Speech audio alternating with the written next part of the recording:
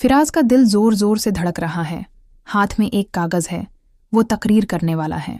फिराज घबराहट में, मैं सबके सामने बोल नहीं सकता, मुझसे नहीं होगा।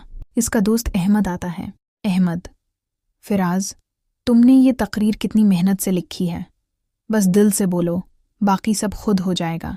फिराज आईने के सामने खड़ा होकर तकरीर की प्रैक्टिस कर रहा है। फिराज आहिस्ता से, मैं बोल सकता हूँ, मैं खास हूँ। अम्मी आती हैं और मुस्कुरा कर कहती हैं, अम्मी, बेटा, जो दूसरों को अच्छा पैगाम दे वो सबसे बहादुर होता है। अगले दिन असेंबली हाल में फिराज माइक के सामने खड़ा है। चंद लम्हे खामोशी, फिर बोलना शुरू करता है। सलाम अलैकुम, आज मैं बात करूंगा दूसरों की मदद करने की अहमियत पर। तलबा तालियां बजाते हैं। फिराज एक बच्चे को ज़मीन पर गरी रोटी उठाते देखता है और फ़ौरन उसे नई रोटी देता है। फिराज, तुम मेरे साथ बैठकर खाओ, किसी को अकेला महसूस नहीं होने देना चाहिए। क्लास के आखिर में उस्ताद फराज को बुलाते हैं। सब तलबा बैठे हुए हैं। फिराज, आज तुमने न सिर्फ अच्छी तकरीर की, बल्कि अपने अमल से भी दूसरों के दिल जीत लिए। उस्ताद उसे इनाम देते हैं। क्लास में सब बच्चे तालियां बजाते हैं। फिराज खुशी से चमक उठता है।